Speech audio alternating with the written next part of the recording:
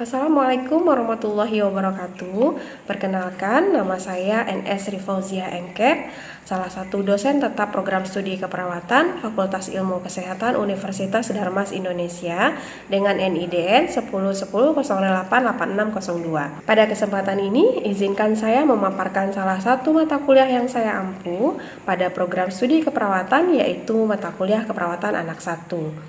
Adapun tujuan pemaparan ini adalah dalam rangka pernyataan diri dosen dalam unjuk kerja Tridharma Perguruan Tinggi yang merupakan salah satu syarat mengikuti seleksi sertifikasi dosen gelombang kedua tahun 2002. Baiklah, saya akan menjelaskan teori pengajaran saya dengan metode DIA atau Delivery Interaction and Assessment dengan mata kuliah keperawatan anak 1, di mana kode mata kuliahnya CAP 1404. Dosen pengajarnya terdiri dari 2 orang, yaitu saya sendiri dan Ibu NS Astuti Ardi Putri MKep. Mata kuliah ini merupakan mata kuliah pada semester 4 dengan bobot mata kuliah adalah 4 SKS, terdiri dari 3 teori dan 1 praktikum. Nah, dari 4 SKS tadi ada 16 kali pertemuan, 14 kali tatap muka perkuliahan, di 1 kali UTS yaitu di pertemuan ke-8 dan 1 kali UAS itu di pertemuan ke-16. Adapun deskriptif dari mata kuliah keperawatan anak 1 ini adalah keperawatan anak 1 merupakan keahlian keperawatan yang berfokus kepada respon anak dan keluarganya pada setiap tahap perkembangan, mulai dari lahir sampai akhir remaja, baik dalam keadaan sehat ataupun sakit akut, di masyarakat ataupun di rumah sakit, serta intervensi keperawatannya baik yang bersifat mandiri maupun yang kolaboratif. Mata kuliah ini merupakan integrasi dari penerapan ilmu keperawatan dasar dan ilmu dasar keperawatan yang membantu mengantarkan mahasiswa untuk mendalami tentang bagaimana melakukan asuhan keperawatan profesional secara holistik dan memberikan pendidikan kesehatan, menjalani fungsi advokasi bagi klien dan keluarganya dengan menerapkan komunikasi yang efektif, serta membuat keputusan dengan mempertimbangkan aspek legal dan etik. Kegiatan belajar mahasiswa berorientasi pada pencapaian kemampuan berpikir sistematis, komprehensif, dan kritis dalam mengaplikasikan konsep dengan pendekatan proses keperawatan sebagai dasar menyelesaikan masalah serta mengembangkan sikap profesional atau pengembangan soft skill melalui beberapa model belajar yang relevan. Adapun capaian pembelajaran mata kuliah ini yaitu setelah mengikuti kegiatan pembelajaran mata kuliah keperawatan anak 1, mahasiswa mampu memahami konsep keperawatan anak dalam konteks keluarga, yaitu perspektif keperawatan anak. Lalu mahasiswa mampu melakukan simulasi asuhan keperawatan kepada anak sehat atau keluarganya dengan mengembangkan pola pikir, logis dan etis yang menggunakan komunikasi terapeutik dan memperhatikan aspek budaya, menghargai sumber-sumber etnik, agama atau faktor lain dari setiap pasien yang unik. Nah, mahasiswa juga harus mampu melakukan simulasi asuhan keperawatan kepada anak sakit akut, kronis atau terminal, serta keluarganya dengan mengembangkan pola pikir kritis, logis dan etis, menggunakan komunikasi terapeutik dan memperhatikan aspek budaya dan menghargai sumber-sumber etnik, agama atau faktor lain dari setiap pasien yang unik. Selanjutnya, mahasiswa juga harus mampu mendemonstrasikan intervensi keperawatan baik mandiri maupun yang kolaborasi pada sehat atau sakit akut dengan menerapkan konsep ilmu dasar keperawatan dan ilmu keperawatan dasar sesuai dengan standar operasional prosedur serta menerapkan prinsip atraumatic care, legal dan etis. Lalu mahasiswa mampu memberikan simulasi pendidikan kesehatan kepada anak atau keluarga sebagai upaya pencegahan primer, sekunder, dan tersier. Mahasiswa mampu menjalankan fungsi advokasi untuk mempertahankan hak bagi anak atau keluarga agar dapat mengambil keputusan untuk dirinya. Selanjutnya, mahasiswa harus mampu melakukan kerjasama dengan sumber kesehatan yang ada di masyarakat, melakukan rujukan pasien, mendokumentasikan pengkajian, manajemen terpadu balita sakit dengan benar, dan mendemonstrasikan pengobatan manajemen terpadu balita sakit, lalu mendemonstrasikan pendidikan kesehatan pada anak dan keluarga. Submateri di keperawatan anak 1 ini adalah yang pertama konsep perawatan anak dengan perspektif keperawatan anak dalam konteks keluarga. Lalu membahas konsep tumbuh kembang anak mulai dari neonatus sampai remaja. Lalu melakukan penilaian tumbuh kembang menggunakan KTSP, DDST, DDTK. Lalu memahami konsep hospitalisasi, konsep bermain, konsep komunikasi pada anak, konsep atraumatic care, melakukan pemeriksaan fisik pada anak, konsep imunisasi dan pendekatan teori model keperawatan anak, dan juga ada asuhan keperawatan pada neonatal, asuhan keperawatan pada gangguan sistem respirasi, asuhan keperawatan pada gangguan nutrisi, asuhan keperawatan pada gangguan sistem endokrin, asuhan keperawatan pada gangguan sistem neurologi, family center care, health and promotion pada anak sampai remaja, kekerasan pada anak, dan manajemen terpadu balita sakit. Media pembelajaran pada keperawatan anak 1 ini menggunakan discovery learning, yaitu menjadi model pembelajaran yang menekankan pada proses pembelajaran yang berfokus pada mahasiswa. Sehingga diharapkan mahasiswa bisa belajar aktif. Dalam proses model pembelajaran ini akan membimbing mahasiswa untuk menemukan dan mengemukakan gagasan-gagasan yang terkait dengan topik yang akan dipelajari. Selanjutnya menggunakan metode project based learning. Nah, di project based learning ini merupakan model pembelajaran yang berpusat pada mahasiswa untuk melakukan suatu investigasi yang mendalam terhadap suatu topik. Dari beberapa topik nanti yang akan disampaikan, sehingga mahasiswa akan membentuk suatu grup, dan grup ini juga bentuk grup kecil di mana setiap kelompok akan diberikan sebuah kasus ataupun skenario dan pertanyaan-pertanyaan yang untuk mengarahkan jalannya diskusi. Nah, untuk mata kuliah ini keperawatan anak juga menggunakan metode role play, di mana metode ini akan bermain peran yang ada dalam dunia nyata dalam suatu permainan peran dalam pembelajaran yang dijadikan sebagai bahan referensi sebagai calon tenaga kesehatan. Dan selanjutnya adalah metode demonstrasi, di mana metode demonstrasi itu adalah cara penyajian pembelajaran dengan memperagakan atau mempertunjukkan kepada mahasiswa suatu proses yang sedang dipelajari baik dalam bentuk tiruan ataupun yang sebenarnya, di mana metode ini akan dilakukan di laboratorium keperawatan. Nah, selanjutnya pada asesmen penilaian sesuai dengan indikator penilaian pada kontrak perkuliahan yang terdiri dari bentuk tes ataupun non-tes dengan item bobotnya ada item penilaian UAS, bobot penilaiannya 40%, UTS 30%, tugas 10%, kuis ada 5%, partisipasi 5%, sikap ada 5%, absensi 5%, dan totalnya adalah 100%. Secara total nilai keseluruhan mahasiswa dengan rentang nilai yaitu nilai angkanya 81 sampai 100 mendapatkan nilai huruf A, untuk 66 sampai 80,99 itu nilainya B, untuk 56 sampai 65,99 itu nilainya C, 41 sampai 55,99 itu nilainya D, dan mulai dari 0 sampai 40,99 itu nilainya adalah E.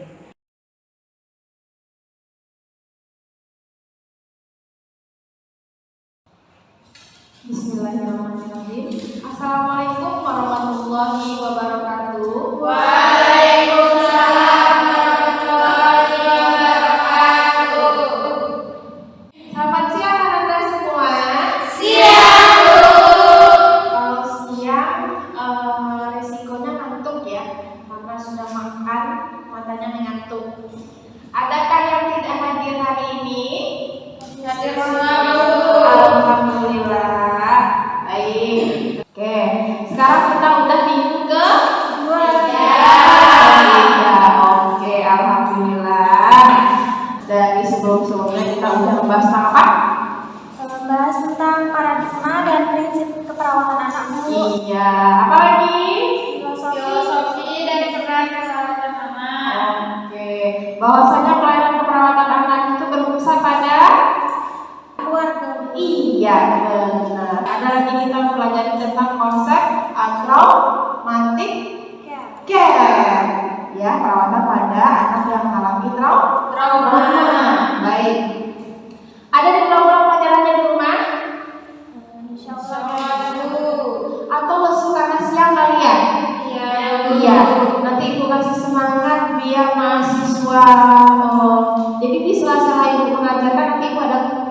saja ya. Siapa cepat dia dapat.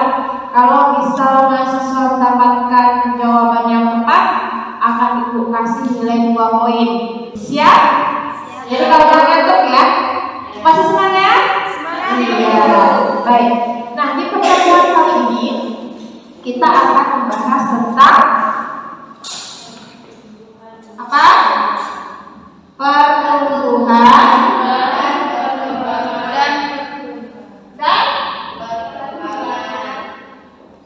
dan nah, harapannya adalah setelah mahasiswa mempelajari tentang konsep pertumbuhan dan perkembangan, mahasiswa memahami tentang atau mampu menjelaskan tentang pengertian tumbuh dan kembang, memahami dan mengerti tentang ciri-ciri pertumbuhan, memahami dan mampu menjelaskan tentang ciri-ciri perkembangan. Berikutnya, mahasiswa juga mampu menjelaskan aspek-aspek apa itu aspek pertumbuhan, apa aspek perkembangan, dan menjelaskan faktor-faktor yang mempengaruhi pertumbuhan dan perkembangan kepada anak. Selanjutnya menjelaskan tahapan pertumbuhan dan perkembangan anak, menjelaskan teori-teori yang berkaitan dengan perkembangan anak, dan menjelaskan kebutuhan dasar anak untuk menunjang tumbuh kembangnya. Bisa lihat gambar Ibu yang di depan? Bisa? Apakah perbedaan dari kedua gambar tersebut? Dari kecil ke besar. Perhatikan saja dulu ya. Dari kecil ke besar. Habis itu ada anak yang bisa tidur, habis itu tengkurap, habis itu merangkak, habis itu berjalan. Dia ada prosesnya. Kelihatan bedanya? Kelihatan. Berbeda atau sama? Berbeda. Oke. Pertumbuhan, ya, pertumbuhan itu adalah perubahan yang kuantitatif. Apa itu kuantitatif? Dapat diukur. Itu dia. Nanti kalau dapat ukuran ke angka ya.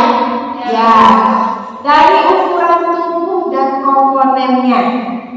Nah, perkembangan pola teratur yang berkaitan dengan perubahan struktur, pikiran, perasaan, atau perilaku karena kematangan, pengalaman, dan proses pembelajaran. Itu perkembangan. Berbedakah atau sama? Berbeda. Pernah dengar iklan nggak? Tumbuh itu ke atas, bukan samping. Oke. Sekarang sudah mulai terang belum? Sudah mulai jelas belum perbedaannya? Sudah. Nah, ada lagi definisi yang menunjukkan. Nah, pertumbuhan atau growth itu bertambahnya jumlah dan sel bagian tubuh yang secara kuantitatif itu semuanya dapat diukur. Intinya, pertumbuhan itu semuanya bisa diukur. Ya, sedangkan untuk perkembangan dia lebih ke kualitatif, bertambah sempurnanya fungsi alat tubuh. Fungsi alat tubuh tadi yang sebelumnya disebutkan ada struktur, ada apa lagi? Banyak ya? Nah, apa yang dapat dicapai melalui kematangan berlancar? Apakah mutia itu mulai dari lahir keluar dari ibunya sebesar ini? Oh, enggak. Apakah mutia mengalami pertumbuhan perkembangan? Iya, benar. Di mana mutia tahu?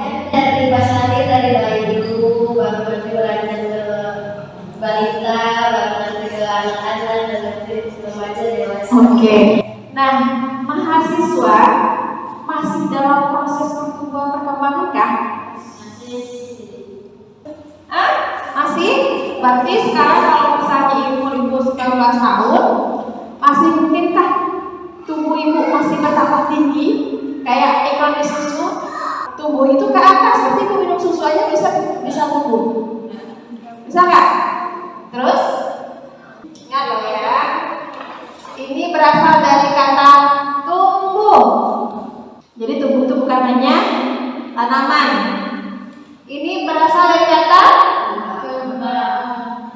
kembang, bukan bunga ya? Oke. Mengembang. Yang satu tumbuh. Ya. Nah, sampai umur berapa kita masih bisa melakukan pertumbuhan dan perkembangan? Jadi batas umurnya ada yang mengatakan 18 tahun, ada yang mengatakan sampai 19 tahun. Nah, kalau waktunya dari umur segitu gimana, Bu? Masih bisa kan? Kayak Ibu sekarang umur itu udah 36. Sudah masih bisa Kak Ibu untuk pertumbuhan perkembangan Ibu pengen tambah tinggi biar Ibu nggak pakai sepatu high heel lagi. Masih bisa? Karena sudah makanya di dalam masa pertumbuhan dan perkembangan kita dianjurkan untuk bisa melakukan apa supaya ingin kembang kita lebih baik? Olahraga teratur. Apalagi selain olahraga? Makan gizi. Coba sekarang ambil kertas. Pertanyaannya Ibu sebutkan, mahasiswa langsung menjawab di kertasnya. Sudah selesai langsung angkat tangan, langsung angkat kertasnya. Oke, siapa yang dapat Ibu kasih nilai poin 2. Oke. Apa contoh pertumbuhan? Ayo Elvi, apa jawaban Elvi? Salah satu pertumbuhan itu bertambahnya tinggi badan, berat badan. Oke, tinggi badan dan berat badan. Ibu tanya lagi, sekarang kembalikan dari pertumbuhan. Apa contoh dari perkembangan? Iya, Putri. Contoh dari perkembangannya bertambahnya pola pikir dari anak-anak menuju ke dewasa. Oke, bagus. Tepuk tangan dulu dong. Iya. Dari mulai telungkup sampai tadi dia merangkak, itu pertumbuhan kah atau perkembangan? Elvi. Perkembangan, Bu. Perkembangan. Betul atau salah? Betul. Oke, kita pakai lagi, contoh lagi. Nah, berikutnya mulai dia berjalan sampai berlari, itu pertumbuhan atau perkembangan? Mutia. Iya, pinter. Oke. Kita pakar tentang pertumbuhan dan perkembangan. Sudah, Bu. Ingat saja, tubuh itu dia Ke atas. ya, tapi dia bisa diukur. Apa saja yang bisa diukur? Tinggi badan, Oke, tinggi badan. Apa lagi? berat badan, Berat badan. Apa lagi? lingkar Lingkar kepala, kepala. Lingkar ke? kepala, Apa lagi? Apa lagi? Iya, benar. Ya, panjang. Oke, perkembangan kita mulai dari mana? duduk, Yakin? yakin, Atau duduk dulu baru dia merata? Terus lanjut belajar berdiri. Lanjut berdiri dulu atau berjalan dulu? Habis itu iya, itu adalah tahapnya. Nah, kita lihat di sini ya. Nah, ini pertama ukuran fisiknya. Bisa dilihat nih, mahasiswa kecil itu ya. Makin lama makin besar tuh si Mutia tuh sama Putri. Ya kan? Iya. Itu kan tuh prosesnya. Mengalami itu, Ibu juga begitu. Semuanya mengalami itu. Ya. Yang berikutnya tuh perkembangan yang diukur. Yang mulai dia dulu, habis itu mulai pegang pipi, berjalan selangkah baru dia selari. Pertamanya dia menyeimbangkan badan dulu ya. Nah, baru dia bisa jalan. Jalan itu bukan langsung 10 langkah, enggak, selangkah dulu. Karena dia masih menyeimbangkan badannya, itu adalah perkembangan. Oke. Sampai di sana paham kan? Atau ada yang mau ditanyakan? Ada? Nah, sekarang kita lihat nih ciri-ciri pertumbuhan. Apakah ciri-ciri pertumbuhan? Apakah mahasiswa juga mengalami ini? Kita lihat. Yang pertama, perubahan proporsi tubuh yang dapat diamati pada masa bayi sampai dewasa yang seperti Ibu contohkan tadi. Begitu Bu bentuk saya? Iya. Dari dalam kandungan? Iya. Mulai dari segini, ya, sampai dia keluar bayi ya. Habis itu newborn sampai dia umurnya 2 tahun sampai sekarang. Ya, itu adalah proses pertumbuhan makin besar. Ya, habis itu hilangnya ciri-ciri lama dan timbulnya ciri-ciri baru. Ada yang bisa menyebutkan contohnya? Gigi. Itu dia. Apa gigi dari langsung kali ini? Sebelum dia bentuk apa namanya? Gigi. Iya. Sekarang masih ada gigi susunya? Yakin? Iya, itu dia. Oke, yang ketiga kecepatan pertumbuhan tidak teratur. Itu ya. Ya, ada yang cepat, ada yang lambat. Berikutnya, ciri-ciri perkembangan. Yang pertama, perkembangan menimbulkan perubahan. Apa contohnya? Siapa yang bisa menyebutkan? Dari merangkak bicara. Ya, ada perubahannya. Ya, habis itu pertumbuhan perkembangan pada tahap awal menentukan perkembangan selanjutnya. Apalagi maksudnya? Misalnya, kalau anak yang belum bisa berdiri, otomatis dia tidak akan jalan. Ya kan? Tahap awal itu menentukan, tapi kalau dia sudah bisa berdiri, maka dia akan bisa. Nah, yang ketiga, memiliki kecepatan yang berbeda-beda. Ada anak yang bicara dulu, baru dia jalan. Habis itu yang keempat, tadi ya bacakan keras-keras. Pertumbuhan dan perkembangan itu berkorelasi. Ada? Iya. Gak mungkin kan? Saya maunya berkembang aja terus pertumbuhan saya gak mau. Enggak, dia saling berkaitan. Ya, setiap ada pertumbuhan pasti ada perkembangannya. Nah, berikutnya perkembangan mempunyai pola yang tetap. Ada nggak dari yang berubah? Dia berdiri dulu baru lahir, baru dia jongkok. Pasti dia mengikuti prosesnya. Yang berikutnya perkembangan memiliki tahap yang berurutan dia. Nah, ada tahap-tahapnya. Habis ini dia ngapain lagi? Habis ini dia ngapain lagi? Gitu. Berikutnya perkembangan mempunyai pola yang tetap. Seperti apa? Ada 2. Ada pola sefalokaudal, aku bukan garis miring ya, tapi L. Dan ada pola proximal distal. Oke, lanjutkan. Ini adalah aspek-aspek pertumbuhan dan perkembangan. Kita lihat satu-satu dulu. Seperti yang Ibu sampaikan tadi, aspek pertumbuhan itu bisa dilihat dari antropometrinya. Tinggi badannya kah, berat badannya kah, lingkar kepalanya kah, habis itu lingkar lengan, apa lagi? Lingkar dada. Ya, itu namanya antropometri. Nah, berikutnya aspek perkembangan. Perkembangan itu dibagi jadi 4, di mana ini masuk ke DDST nanti namanya. Development Screening Test. Jadi gunanya adalah untuk tes pertumbuhan dan perkembangan. 4 tahap ini yang dinilai dari DDST atau disingkat DDST. Ada motorik kasar, ada motorik halus, ada bahasa, ada perilaku dan sosial. Jadi gimana cara penilaiannya Bu? Cara penilaiannya berdasarkan usia. Misalnya contoh anak 6 bulan misalnya, apa yang sudah dia bisa? Apa yang sudah bisa dilakukan? Ada pertanyaan, kita tinggal menguji si anak. Bisa tidak dia melakukannya? Motorik kasar yang bisa dilakukan dengan otot besar. Motorik halus yang hanya bisa dilakukan dengan otot kecil. Nah, di akhir kuliah kita hari ini itu jadi kuis mahasiswa ya. Ya. Nah, tapi nanti dibikin, jangan sekarang. Nah, habis itu ada bahasa.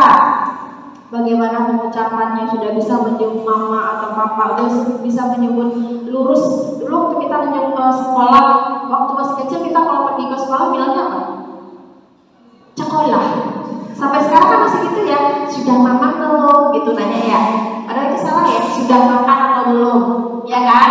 Habis itu rumah, lu Nah, itu bahasa. Perilaku sosial, bagaimana dia berteman, berkomunikasi dengan baik dengan orang-orang yang ada di sekitarnya. Nah, itu perkembangan. Faktor-faktor yang mempengaruhi pertumbuhan dan perkembangan apa saja kan faktornya? Ada ras, etnik, dan bangsa.